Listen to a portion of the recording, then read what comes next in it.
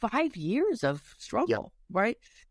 So we already said about being proactive, recognizing the signs, but how can people deal with that fear of failure when they've either failed or they can?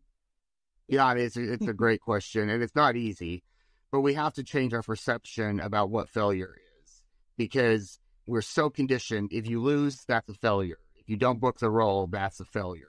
And that's, that's kind of how our society functions. And the reality is you may lose a tennis match or a game, and it's not a failure if you're improving, learning, growing.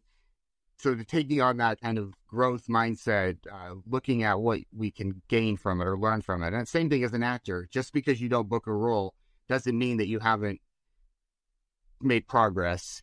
You're getting seen by a casting director. Maybe you didn't book this role, but you're going to be on their radar for a role that's even better for you down the road, or you're making those contacts. I mean, some of these roles that I go out for, they have 3,000 submissions. The fact that I even get an audition is already a victory.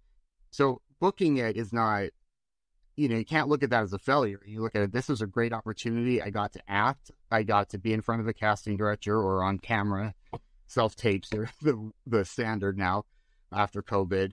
But that it's not a failure. And that's taken me time to learn. And I think actually my sport background helped me in that sense, because I learned how to lose. I learned that you can't take a loss as a failure. You have to learn from that. And I think that actually has really helped me as an actor. I already experienced that as an athlete, so it wasn't as hard for me maybe as an actor to kind of adopt that same mentality.